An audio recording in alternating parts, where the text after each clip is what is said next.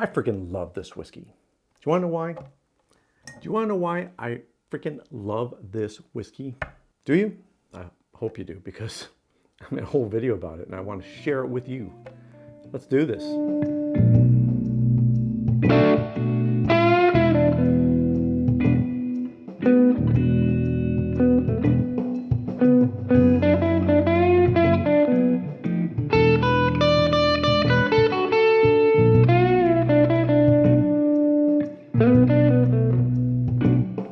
Welcome to Whisky Riffs. I'm Kevin, and I'm just shocked that I haven't made a video yet about one of my favorite whiskeys of all time. It's a Glenmorangie Quinta Ruban. It's a Highland Scotch, 14 years, port cask finish, and it is just delicious. It is one of my absolute go-to whiskeys, and I think the reason that I haven't made a video yet about this specific type of whiskey is because I'm always drinking it and the bottles are empty when I get around to thinking I should do a video about the Quinta Ruban. It's a really important whiskey in my realm of whiskey drinking, and it's gone again. I wanted to crack this open in front of the camera, and as you see, I failed. I have drank some of it already. It's that much of a favorite that I couldn't even resist opening it prior to recording this video. So the Quinta Ruban's a little different than a lot of Highland Scotches that have a sherry finish or have been matured completely in sherry casks. This has spent 10 years in ex-bourbon casks and then another 4 years in ruby port casks. So it has a long time in the port casks as well as a long time in just the ex-bourbon cask, which gives it 2 stages of aging as opposed to maybe a lifetime in sherry cask or maybe just a little short 6 or 12 month period in a sherry cask, something like that. I'm just so used to the 14 year. I can't remember what the 12 year was like. I'm sure I've had it in the past, but it's been so long, I have no memory of it. And this this green label and this look of this bottle is what I expect when I think of Quinta Ruban. Well, let's hesitate no more. Let's get this thing poured. Obviously, I have no restraint when it comes to this. Now, the first thing you're going to see when I pour this glass is that it's a very different color than a lot of other Highland Scotches. And it doesn't do it justice probably on camera, but this is not a gold or a red.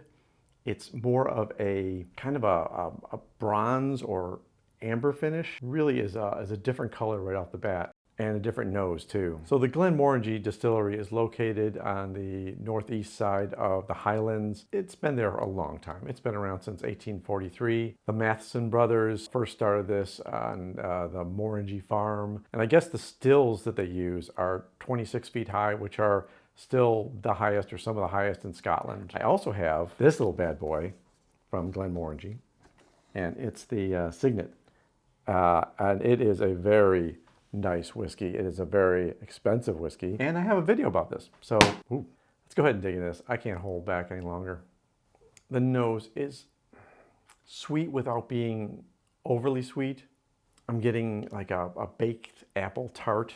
Getting some of the wood notes, maybe like oak, even like a cedar. I'm getting some berries on the nose. A little bit of minty orange, maybe an orange zest more than mint. I also read some notes that you can smell walnuts and taste walnuts on this, which I've been allergic to walnuts for years. I remember eating them as a kid, but I can't keep tasting notes on things that I don't eat on a regular basis. So the first taste, you'll get a little bit of alcohol burn, but at 46, it's not that much. And there's a lot of fruit flavors initially for me. There's some chocolate in there. Tastes more like the deeper berries, maybe even a little plum.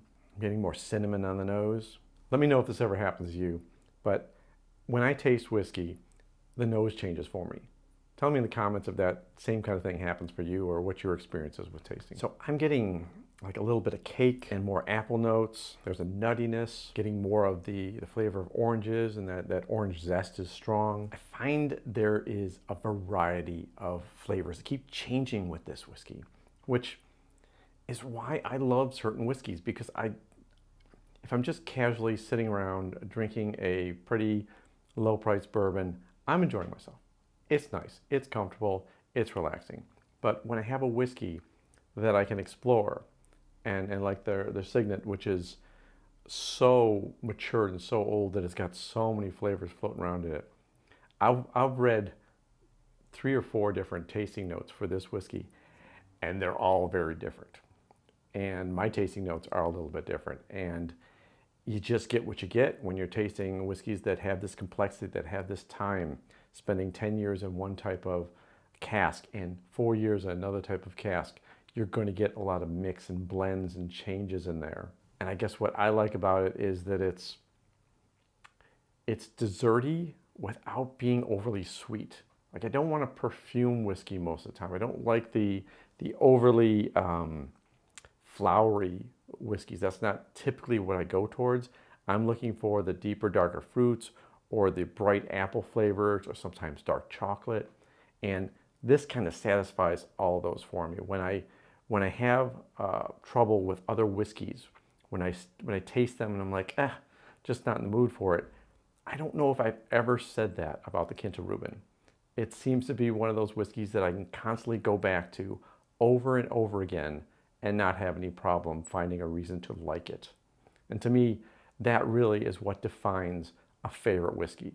A favorite whiskey is good almost every time I drink it, because I always find something to comfort me, to make me happy, to make me smile, and to give me a new experience, or experience maybe I've forgotten, like that favorite movie you watch.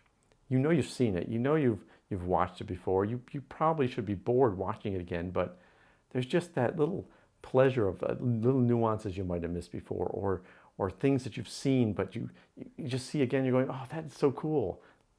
That's what this is like. It's like watching your favorite movie again and again, and it just feels right to be there with it and just to spend time with it. And speaking of favorite movies, this shirt, I don't know if you can see it.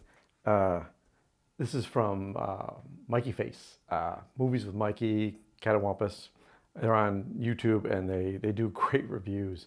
So if you're interested about this, I'll leave some links to it down below in the description as well. Great stuff that he produces, and really worth your time as much as trying this whiskey. I probably should do a few more of the Glenmorangie whiskeys. I'm not a huge fan of the La Santa, which is their sherry finish whiskey. I think as far as sherry finish, I have preferences to the Abuna, the Macallans.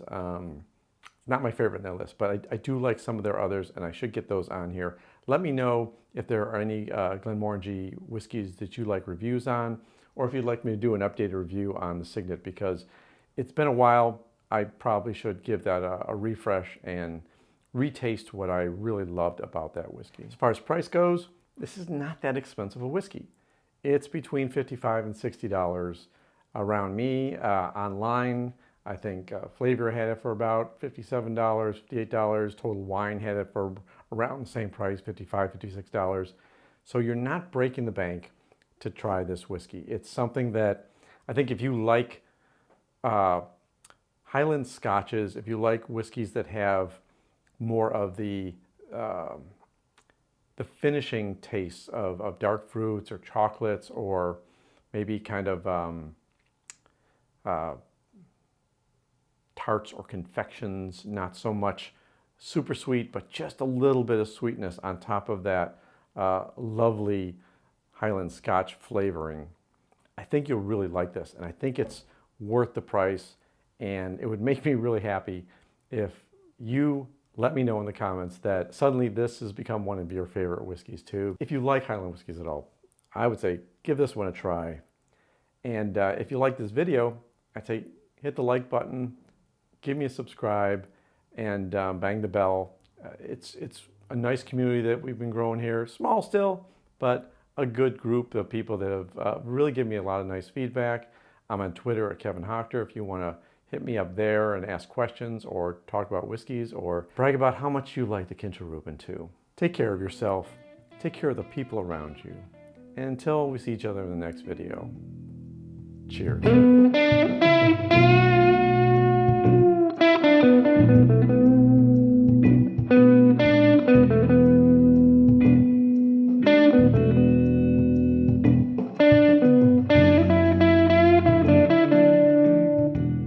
Take your first sip of whiskey, if you get different nose, I don't know if this ever happens to you, but let me know after you're in the I don't know if this ever happens to you, but let me know in the comments if after the first sip of whiskey, the nose tastes